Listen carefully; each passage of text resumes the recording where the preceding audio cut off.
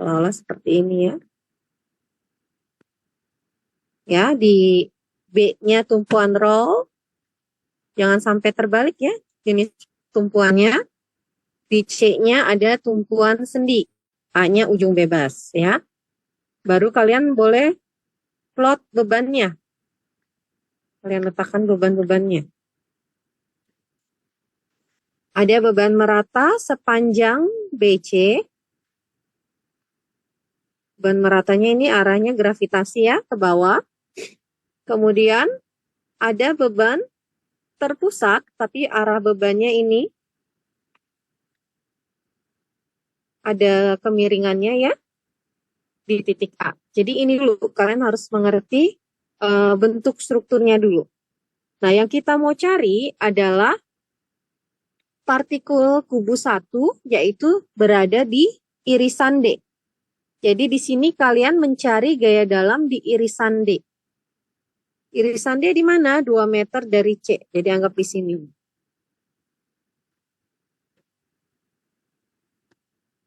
Nih, saya pakai warna irisan D.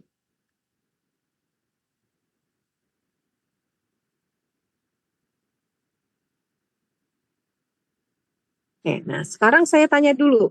Untuk bentuk struktur seperti ini, ada berapa segmen daerah persamaan fungsi momennya? Kalau kalian lihat, ada berapa?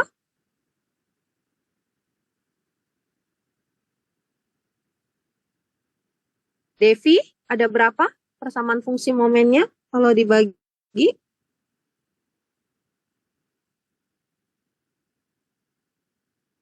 Maaf, Ada Devi? sebelumnya saya kurang paham, Bu. Masih kurang paham. Kalau dari bentuk struktur seperti ini, kalian membuat diagram momen, ya, di Unstruk 1. Ada berapa persamaan fungsi momennya? Ada berapa daerah? 3 daerah. 3 daerah apa saja? AB, BD, DC. Kenapa jadi 3 daerah alasannya?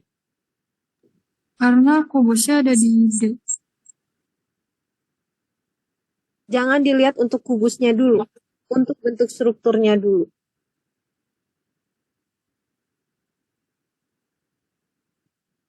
Jadi sama seperti ini, misalkan saya tanya ada balok di atas 2 tumpuan, beban merata semua. Ini berapa segmen daerahnya?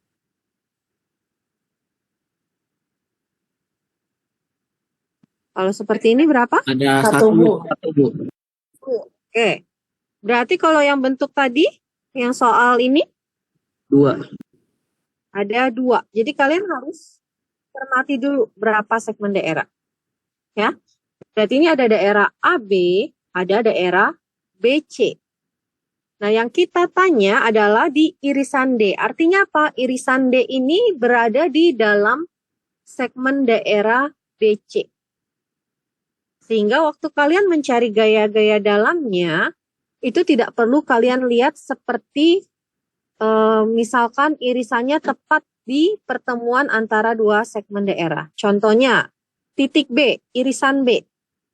Irisan B ini kan ada masuk di daerah AB, ada masuk di daerah BC. Artinya apa? Kalian harus cek di daerah AB berapa gaya dalamnya, di daerah BC berapa gaya dalamnya. Tapi kalau yang irisan D ini, dia berada di daerah BC saja. Artinya kalian cukup mengecek gaya dalam di daerah BC ini. Di titik D-nya berapa gaya dalam. Jelas ya? Jadi di soal ini tidak seperti yang UTS kemarin ya. Waktu UTS kalau tidak salah soal 2 kalian mencari tegangan ya. Lentur dan geser itu kan tepat di pertemuan antara 2 segmen daerah. Jadi harus cek yang di daerah satunya berapa, atau kita katakan sedikit kiri berapa, sedikit kanan berapa. Tapi di sini kebetulan kita lebih memudahkan kalian pada hal ini. Kita ambil cuma 1 segmen daerah aja. Jadi di sini kalian cukup mencari persamaan gaya dalam di daerah BC, kemudian tinggal masukkan untuk X sama dengan berapa meter, yaitu yang di irisan D-nya. Jelas ya? Ada yang masih bingung? Devi, sudah jelas?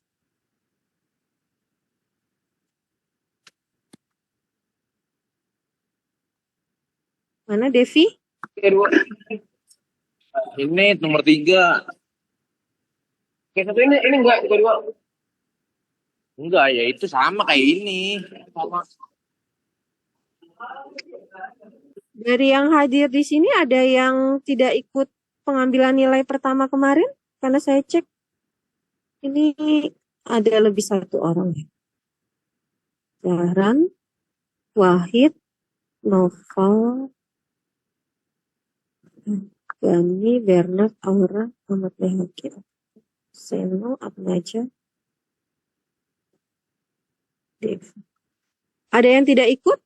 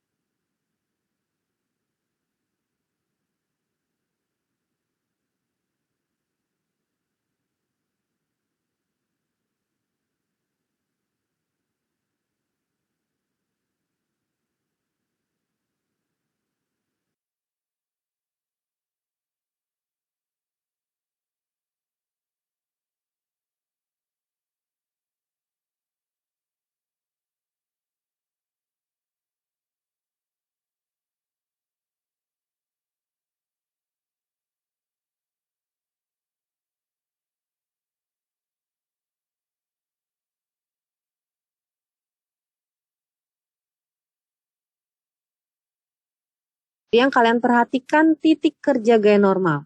Titiknya di mana? Titik K. Jadi jangan lihat partikel kubusnya dulu, lihat titiknya, titik K. Titik K di sini nih. Artinya eksentrisitas dua arah. Kita punya mx kecil ya, momen eksentrisitas terhadap sumbu x, dan my, momen eksentrisitas terhadap sumbu y. Mx-nya berapa? Mx-nya adalah seperti yang di ujian pertama kemarin ya, kalau kalian masih ingat, gaya normalnya. Oh, ya, satu lagi untuk mencari reaksi perletakan, itu kalian anggap adalah seperti yang tadi, penampang dua dimensi yang saya gambarkan tadi. Jadi jangan masukkan akibat eksentrisitas normal ya, kalau untuk mencari reaksi perletakan. Cukup anggap seolah-olah normalnya ini bukan normal, gaya P-nya tadi, yang miring tadi itu posisinya itu sentris. Seolah-olah tepat di garis kerja sistem strukturnya. Jadi tinggal kalian uraikan seperti biasa, terus kalian cari reaksi perletakannya. Oke? Nah, dari sini kita sudah dapatkan ya. Lalu kita cari lagi eksentrisitas normalnya tadi, mx kecil dan my kecil, karena tadi dua arah ya. Nah, karena di sini ada dua, saya gambarkan warnanya beda nih ya. Ini yang akibat momen eksentrisitas. Ini ya. Dan ini ada my. Oke. Nah, arah-arah momen kalian ingat untuk momen eksentrisitas adalah kalian lihat gayanya ini normal tekan atau tarik. Kemudian yang kalian perhatikan lagi adalah posisi titik kerja gaya normalnya tadi. Titik K normalnya adalah normal tarik. Tarik artinya apa? Menjauhi titik. Jadi dari titik kerja gaya K ini kita gambarkan arah panahnya ke bawah untuk mx-nya. Untuk my-nya berarti ke kiri. Tarik menjauhi titik. Ya, ini yang momen-momen eksentrisitas. Akibatnya kita punya momen total di sumbu X-nya adalah akumulasi antara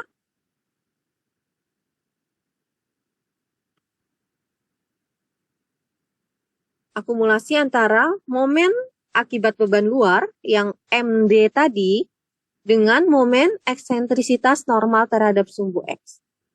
Kalian lihat yang hitam panahnya kan ke atas ya, yang kuning panahnya ke bawah.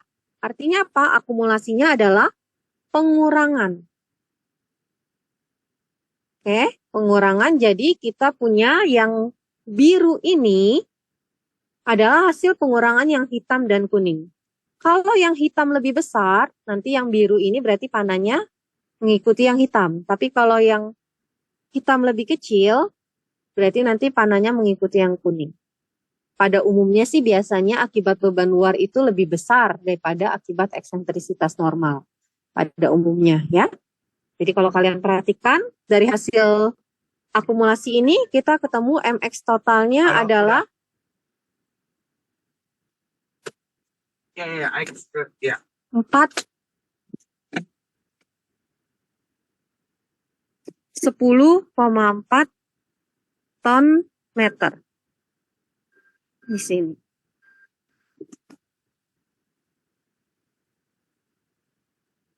Ya, dari 20 dikurang 9,6 untuk mx-nya.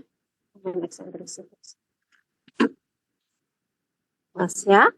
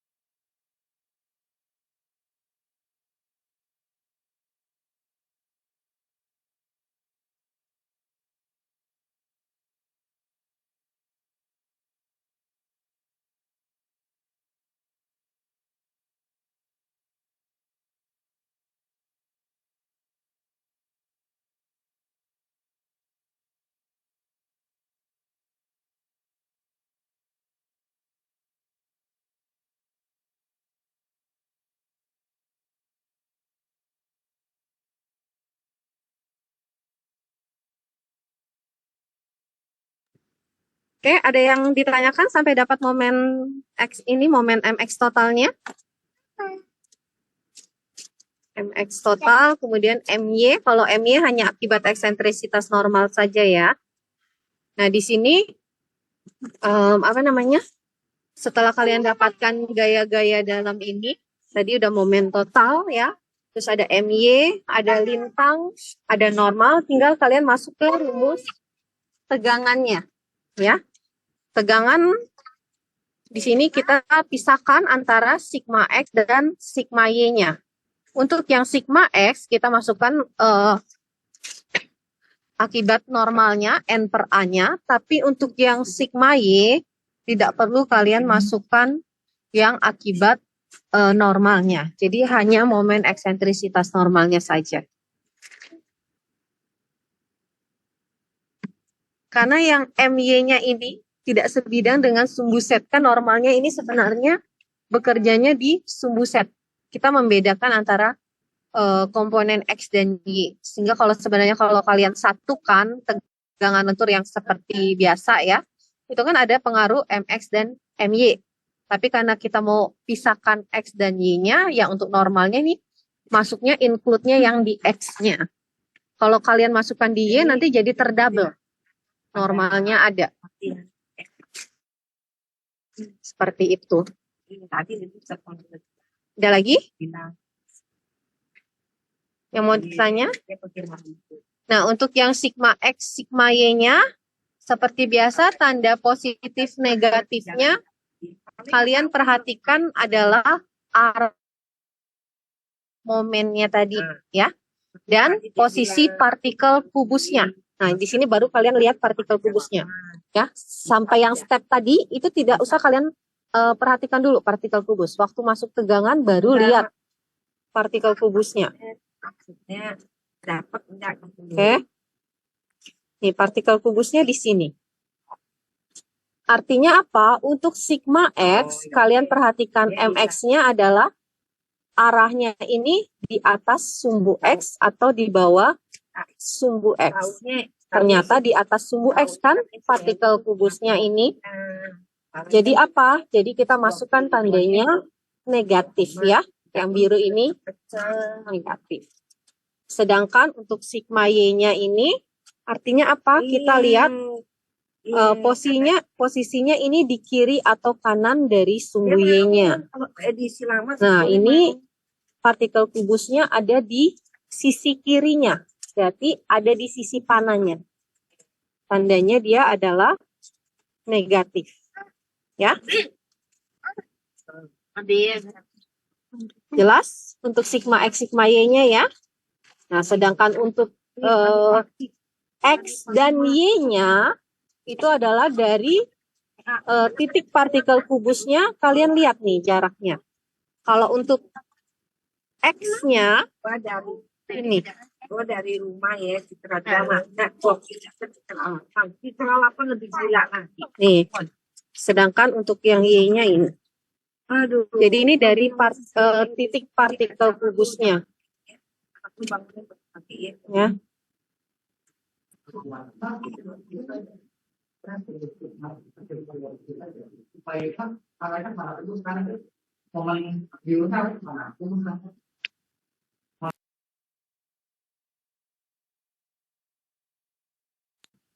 Ya, jadi kalian perhatikan X dan Y-nya ini, ya. Nah, untuk yang tau XY, posisi partikel kubusnya ini mempengaruhi apa? Mempengaruhi statis momennya. Jadi seperti biasa statis momen apa? Kan kita mengarsir daerah di mana kita mau cari tegangan gesernya, ya. Partikel kubusnya ini kan yang merah ini nih, saya potong. Artinya apa? Kalian boleh mengarsir di atas yang merah atau di bawah yang merah. Nah, di sini pasti lebih mudah kita arsir yang atas ya. Kalau yang bawah kan pembagiannya ada yang bagian badan, ada yang bagian sayapnya. Bagian web dan flange-nya ya. Sedangkan bagian atas kan cuman badannya saja. Jadi kita ambil yang cukup yang atas saja nih. Nah, ini. Untuk yang tegangan gesernya. Jadi kalian ambil luas arsirannya. dan jarak dari titik berat arsiran ke sumbu X. Ingat ya, statis momen luas kali jarak. Jaraknya apa? Jarak dari titik berat arsiran ke titik berat gabungan. Jadi dari yang hijau ini sampai ke sumbu X.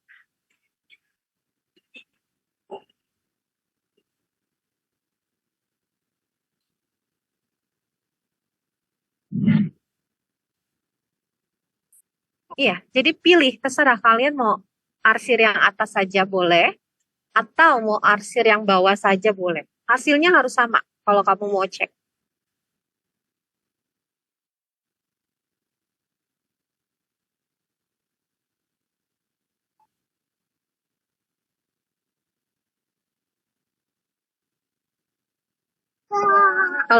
Kalau yang bagian bawah, harus kalian pisahkan. Ada yang bentuknya kan ini, ada yang bentuknya ini, ditambah akibat yang ini. Kalau yang bagian bawah. Iya, kan semuanya harus keseluruhan penampang. Makanya lebih mudah kita ambil yang atas. Cuman bentuknya yang kotak gitu.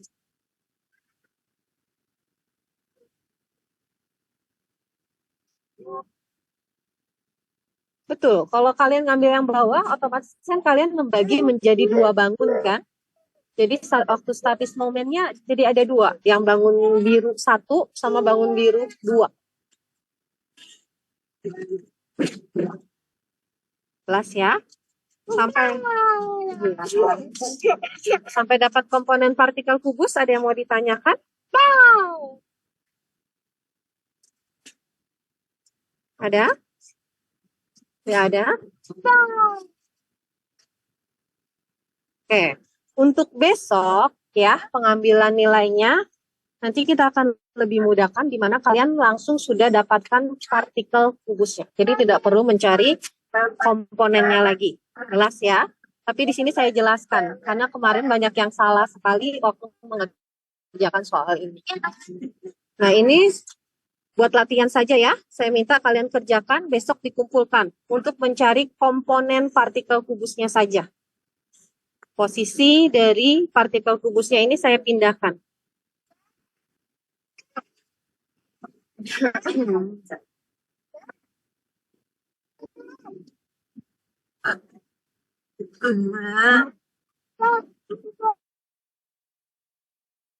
Di sini ya, jelas ya. Jadi partikel kubusnya ada yang di biru sini nih.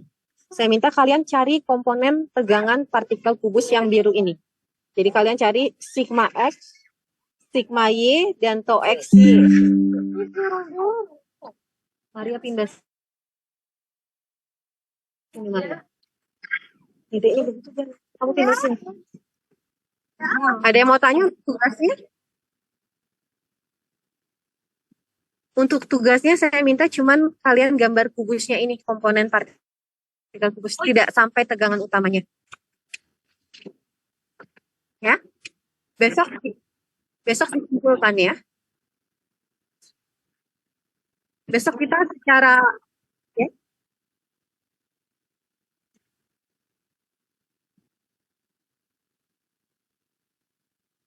Tuh. Oke, masalah lintang, lintangnya negatif, berarti waktu kalian masuk ke partikel kubusnya, tanda tau X-nya juga negatif. Tapi negatifnya di mana? Di arah sigma X. Jadi yang lintangnya di sini. Sebentar, Gani.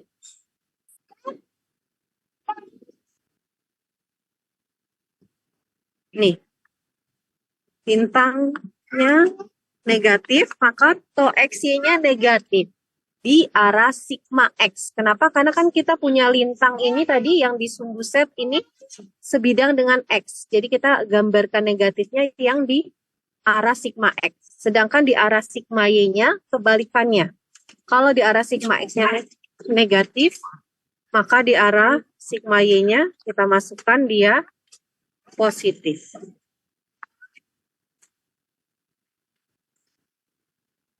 Ya, jadi kalian tugasnya yang ini ya, sampai dapatkan partikel kubus ini.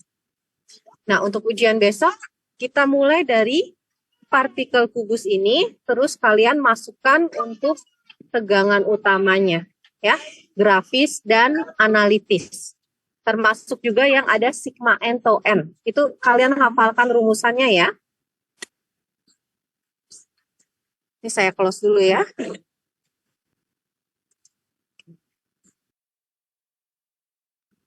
Ini ya, kalau kalian lupa, kalian hafalkan lagi ya. Ini yang rumusnya yang cukup yang bawah ini.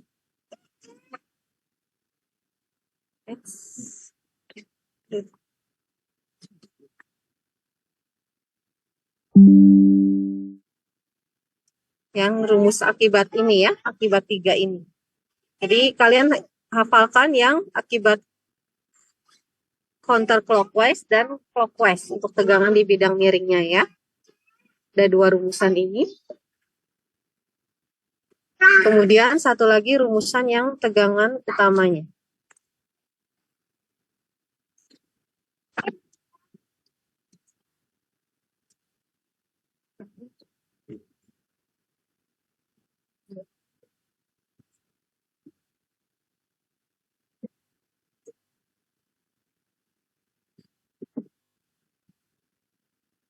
Oke, ini rumus tegangan utamanya. Jadi untuk analitis, kalian hafalkan rumus-rumus ini ya. Nah, untuk grafisnya dengan lingkaran Moore, ada yang mau ditanyakan lingkaran Moore-nya? Masih ingat? Jadi jangan lupa ya, bawa busur, bawa jangka, penggaris. Pakai skala untuk penggambarannya.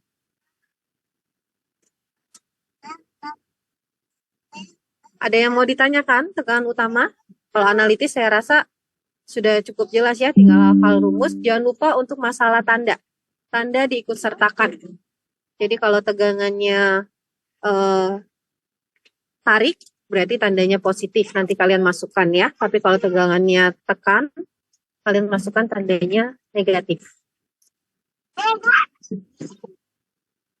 Ada pertanyaan sampai sini? Saya sharekan bentuk lingkaran Moore lagi.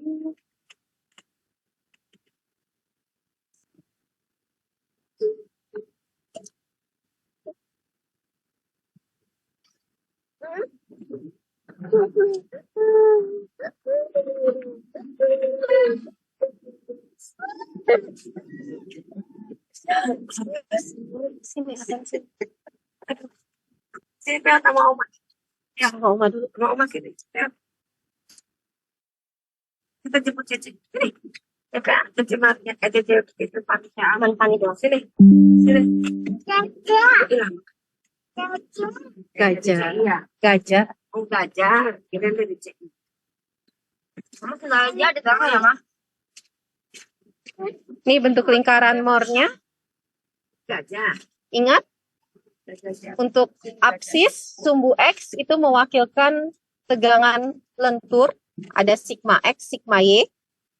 Untuk ordinatnya, sumbu Y mewakilkan tegangan geser, tau XY-nya. Tandanya seperti biasa ya, diagram kartesian, X positif sebelah kanan, X negatif sebelah kiri, Y positif atas, Y negatif bawah. Ya. Kalian gambarkan dulu untuk sigmanya. Untuk apa? Untuk menentukan titik center lingkarannya. Kemudian taunya ini adalah untuk kita menggambarkan jari-jari lingkarannya. Setelah dapat lingkarannya, baru kalian bisa menentukan besar tegangan utama beserta arah-arah. Dari bentuk lingkaran Moore, ada yang masih bingung di mana? Ada? Sudah jelas semua? Peta yang mana ya? Mau turun jemput. Oh, itu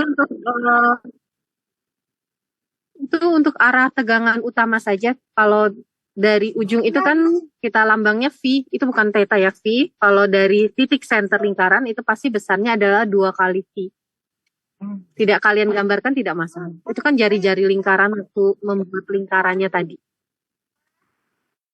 Ya, nggak usah ditulis 2V-nya nggak apa-apa. Ingat ya, grafis harus diukur lagi. Jangan kalian memplot hasil analitis ke grafis ya. Ujiannya tidak lama ya, karena kita sudah mulai dari partikel kubusnya untuk besok. Ada yang mengambil mata kuliah lain di jam yang bersamaan? Tidak ada kan ya? Tidak ada, Bu. Jadi ini pengambilan nilai kedua, sama nanti tugasnya juga saya nanti masukkan ke komponen tugas ya.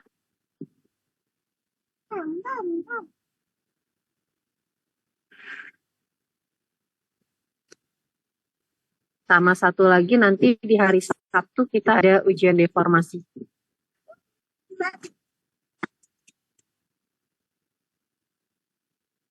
Kalau untuk hari Jumat, Mau nanya, Bu.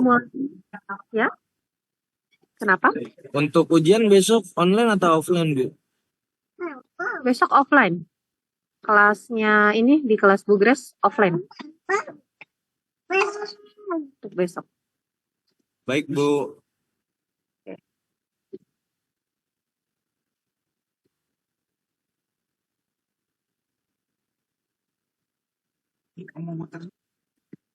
Oke, ada lagi yang mau ditanyakan?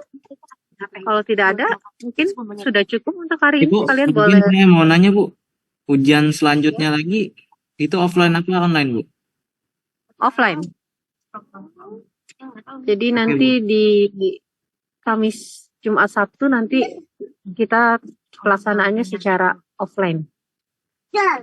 Pertemuannya. Berarti ujiannya Jumat Sabtu, Bu. Ujiannya besok, Kamis dan Sabtu. Jumatnya materi.